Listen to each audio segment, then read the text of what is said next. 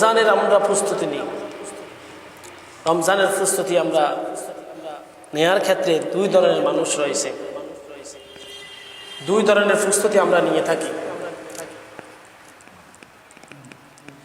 এক ধরনের মানুষ হলো দুনিয়ার প্রস্তুতি, একটা প্রস্তুতি হলো দুনিয়ার প্রস্তুতি, আরেকটা প্রস্তুতি হলো ইমানদারের প্রস্তুতি, আখিরাতের প্রস্তুতি, আমলের জন্য প্রস্তুতি। একটা প্রস্তুতি হলো দুনিয়া পাওয়ার প্রস্তুতি, আরেকটা প্রস্তুতি হলো আখিরাত পাওয়ার প্রস্তুতি। এই দুইটার ভিতরে আমরা কোনটা বেছে নিব?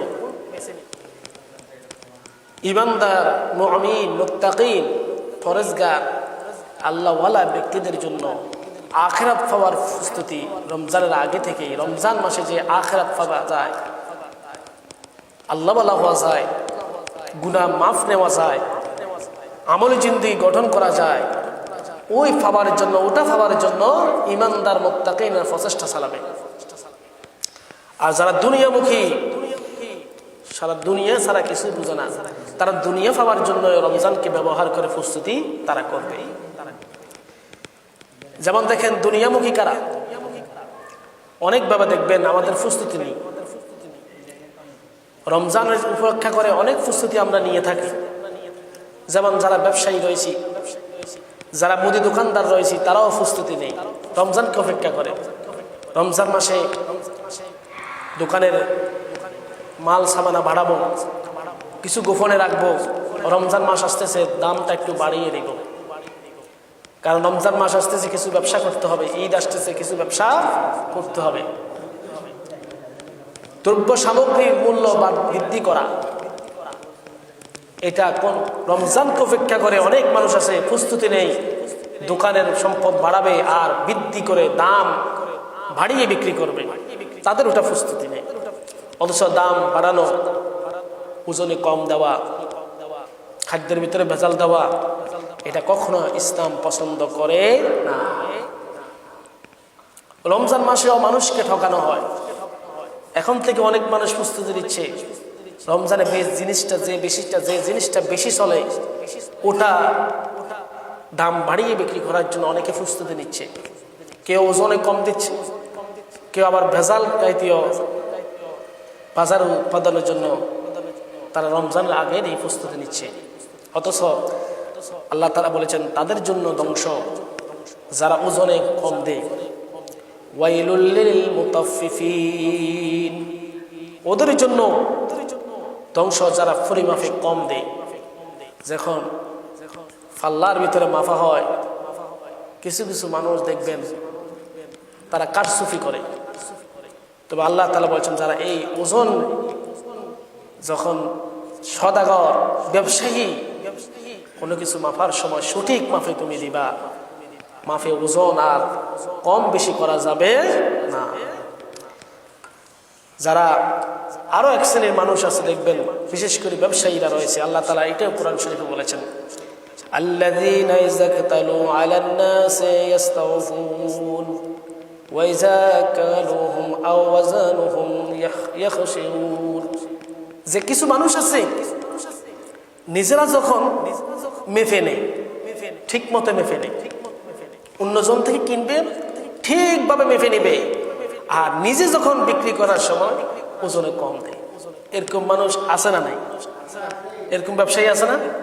নিজের বেলা ঠিক, অন্যের বেলা কি বেঠিক। এই আল্লাহ বলছেন যখন নিজেরা কোনো কিছু ক্রয় করবে পূর্ণ মাত্রায় সঠিকভাবে মেপে নেওয়ার চেষ্টা করে, কিন্তু যখন নিজে দেওয়ার জন্য ব্যবসায়ী ক্ষেত্রে নিজে ব্যবসা করবে তখন ওজনে কম দেয়। এদের জন্য হচ্ছে ধ্বংস। কি ধ্বংস?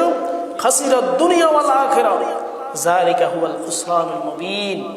তারা দুনিয়া এবং আখিরাত দুটোই হারাবে।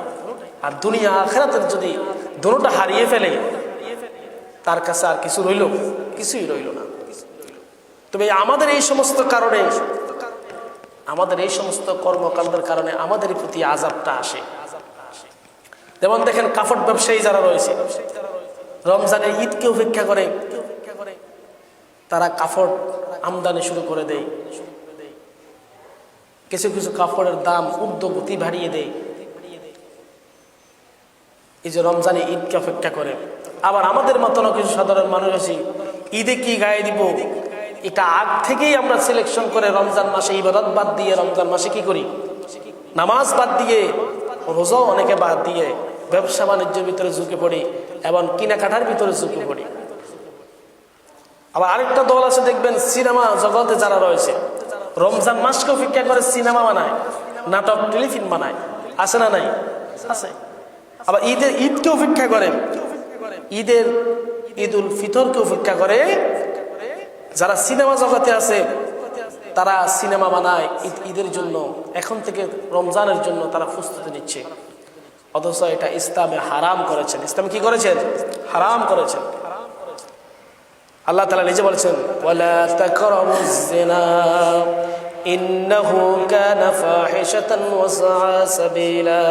খবরদার, জিনা তো করার দূরের কথা, জিনার ধারে কাছেও যেও না।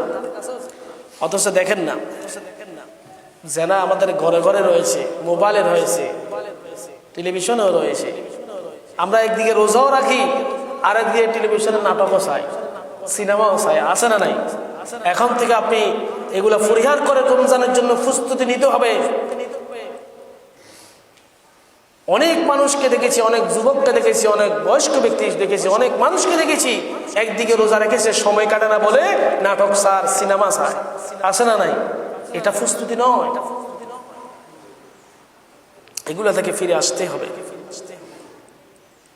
ইমানদার কখনো এগুলা গ্রহণ করে না।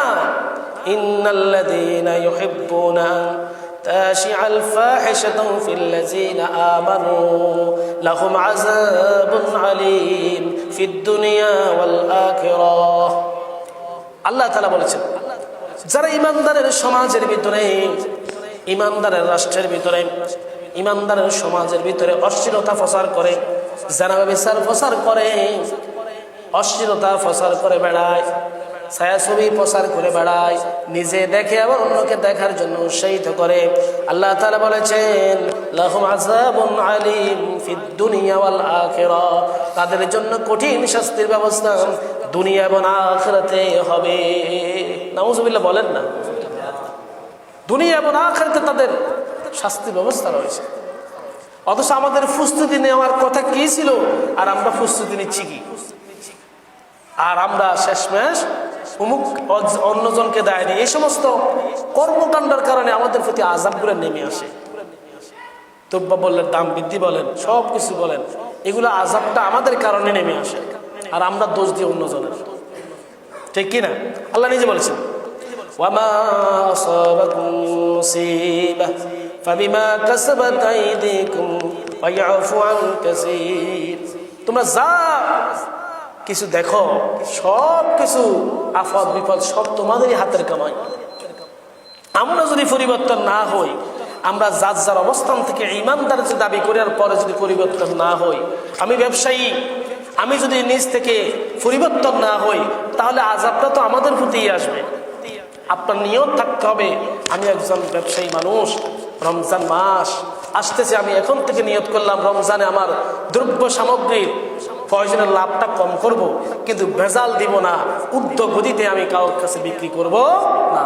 এরকম যদি নিয়ত করতে পারি, তাহলে আমাদের জন্য রমজান মাস হবে কল্যাণময়, আমাদের জন্য রমজান মাস হবে বরকতময়, আমাদের জন্য রমজান মাস হবে মাগফিরাতময়। আল্লাহ কবুল করুক, বলেন আমিন। সম্মানিত হাজরিন, তাহলে ওই সমস্ত মানুষ যেভাবে প্রস্তুতি নেই, আমরা ওইভাবে প্রস্তুতি নেওয়া যাবে। আমাদের প্রস্তুতি হবে ইবাদতকে কেন্দ্র করে। কি কেন্দ্র করে? ইবাদত বন্দেগী, ইবাদত বন্দেগী কেন্দ্র করে হতে হবে। আর আমাদের ভিতরে সাধারণ মানুষ যারা রয়েছে, তারা কিন্তু দেখবেন তাদেরও প্রস্তুতি একরকম হয়ে গিয়েছে। এখন ইবাদতকে কেন্দ্র করে প্রস্তুতি আমরা নিই না, অথচ দেখেন আমরা কি ইবাদতকে কেন্দ্র করে নিই যে আমি রমজান মাস আসতেছে, রমজান মাসে আমি তারাবির নামাজ আদায় করব। গত বছর ঠিক মতো আদায় করতে হয় না, এই বছর আদায় করার চেষ্টা করব। তাহাজ্জুদ নামাজ রমজান মাসে সুযোগ সুবিধা, গত বছর আমি ঠিক মতো আদায় করতে পারি না, যদি আমাকে আল্লাহ হায়াত দেয় এই বছর আদায় করার দৃঢ় প্রতিজ্ঞা করব। আসলে আমাদের ইবাদতকে কেন্দ্র করে হওয়ার কথা, ঠিক না? কিন্তু দেখেন আমাদের সাধারণ মানুষগুলো প্রস্তুতি নিয়ে কিভাবে,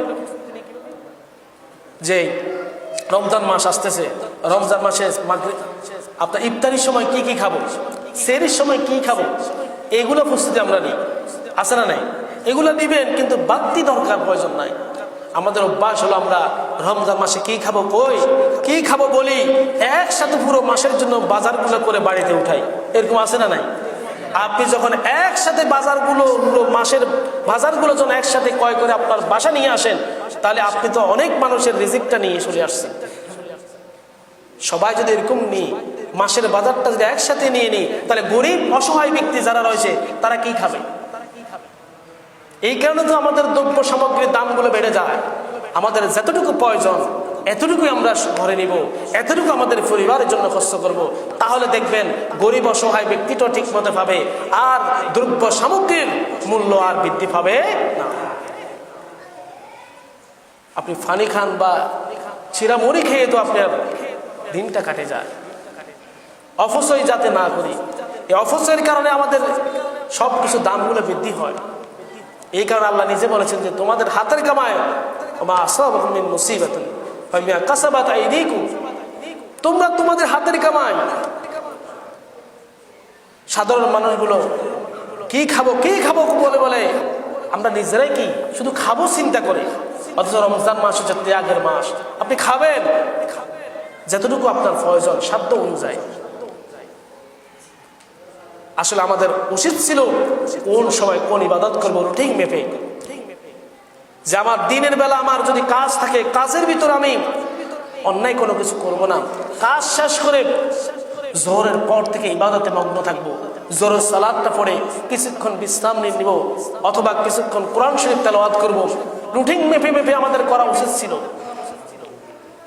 কিন্তু আমরা এটা এখন নাই। অথচ রাসূলের সাহাবায়ে কেরাম রাদিয়াল্লাহু তাআলা আজমাইনগণ রমজান মাস আসার আগেই শাবান মাস থেকে প্রস্তুতি নিতেন, যে মাসটা মাগফিরাতের মাস, নাজাতের মাস, বরকতের মাস, সওয়াব অর্জনের মাস।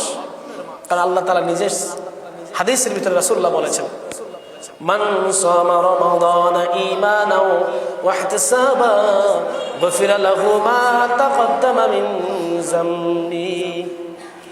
যারা ইহতিসাবের সহিত সঠিকভাবে আল্লাহর সন্তুষ্টির আশায় রমজানুল মুবারকের সিয়াম পালন করবে, রোজা রাখবে, আল্লাহ রাসূল বলতেছেন ওই ব্যক্তির জীবনের সমস্ত গুনাহগুলো আল্লাহ তাআলা মাফ করে দিবে। এত বড় অফার পাওয়ার পর আমরা বসে রয়েছি, আর রাসূলুল্লাহর এই কথা শুনে সাহাবায়ে কেরাম রমজান মাসে কিভাবে ইবাদত করবে ওটার একটা রূপ রেখা, ওটার একটা রুটিন করে ফেলতো। সুবহানাল্লাহ, সুবহানাল্লাহ। আমাদের প্রস্তুতি হতে হবে ওইভাবে। আমাদের প্রস্তুতি কিভাবে? এক নম্বর প্রস্তুতি হলো রমজান মাস আসতেছে, সওয়াব অর্জনের মাস, গুনাহ বর্জনের মাস। আমরা এই শাবান মাসে রমজান আসার আগে আমরা তাওবা করব বিগত গুনার জন্য, আল্লাহর কাছে ক্ষমা চাইবো। আল্লাহ অনেক গুনাহ করছি, যে গুনার সাগর আমাদের ভিতরে, আমরা গুনাহগার। আল্লাহ আপনি গুনাহ আগে মাফ করে দেন। রমজান মাস আসতেছে, আমাদের গুনাহ আগে মাফ করেন। রমজান মাসের জন্য আমাদের হায়াত বাড়িয়ে দেন, রমজান মাসের সমস্ত মর্তবা আমাদের হাসিল করার তৌফিক দেন। এটাই হচ্ছে আমাদের কামনা। আর বেশি বেশি ইস্তেগফার করতে হবে, ক্ষমা চাইতে হবে।